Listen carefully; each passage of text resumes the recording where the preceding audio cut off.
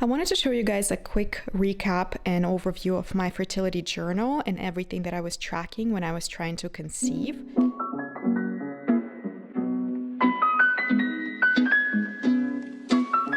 So the first thing we see is the supplements that I started taking. I started taking omega-3, selenium, iodine, vitamin B, D, prenatal magnesium, and as well as all the tests and blood works that I've done to get my baseline. So I decided to keep track of that on that first page.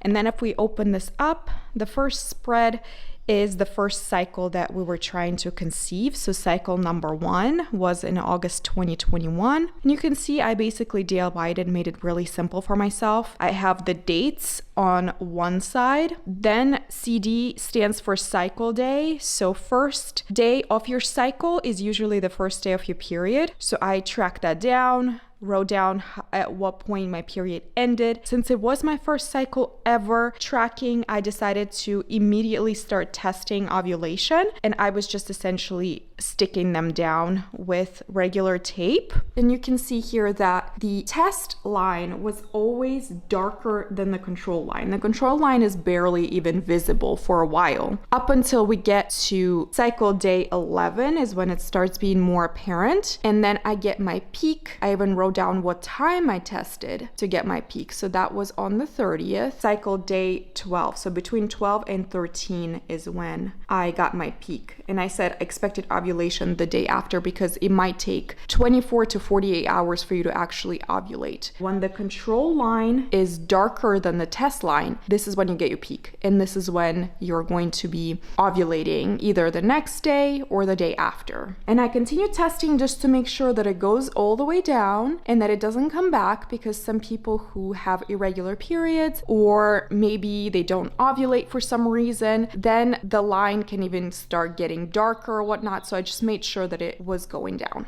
I also wrote down what I felt and kind of how I knew that I was ovulating. And I wrote down that I ovulated on cycle day 13.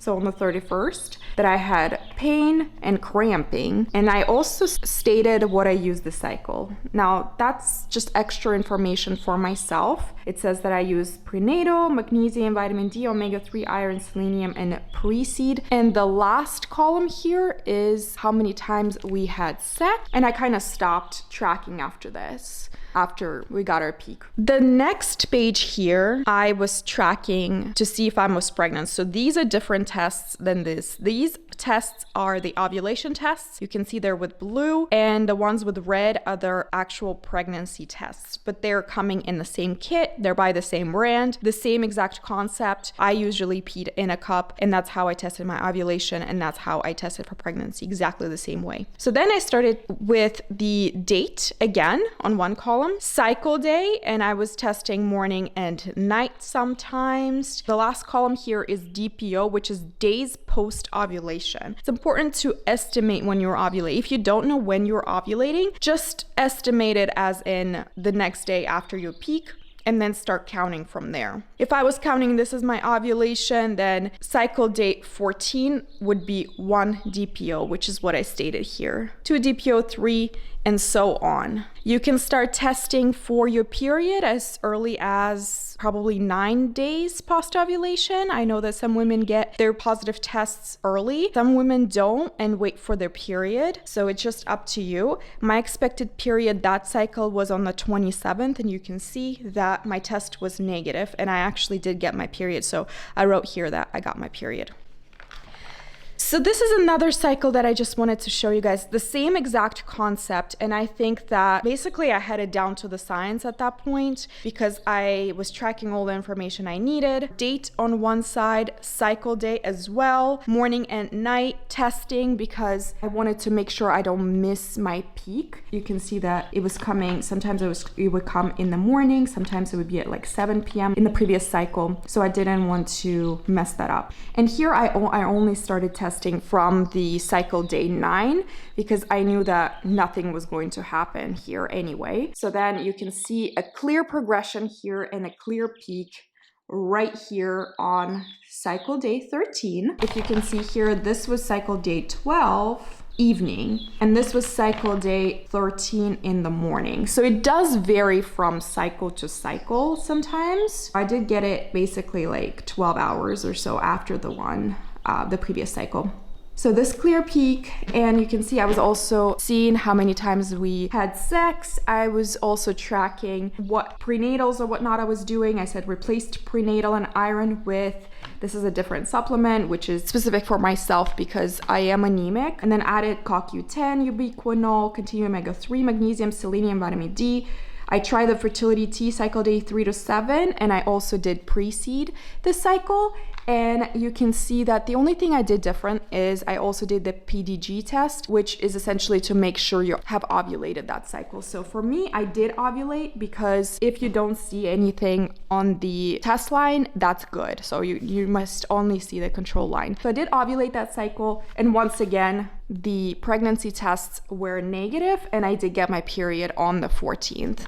I was tracking my DPOs, and 10, 11, 12, 13, I circled it because this is when I wanted to test. And other than that, I wanted to show you guys the actual positive pregnancy test progression. This is the cycle that we ended up conceiving. Essentially what I did, I waited for my period. The day that my period was supposed to start was around, so 12 to 14 DPO is when I would usually get my period. So I think this day I was supposed to get my period, and I didn't get it. I did feel kind of weird that day, and for the week prior, I was having cramps on and off. I was nauseous. I honestly thought that maybe, I was actually sick, which ended up being just me being pregnant, of course.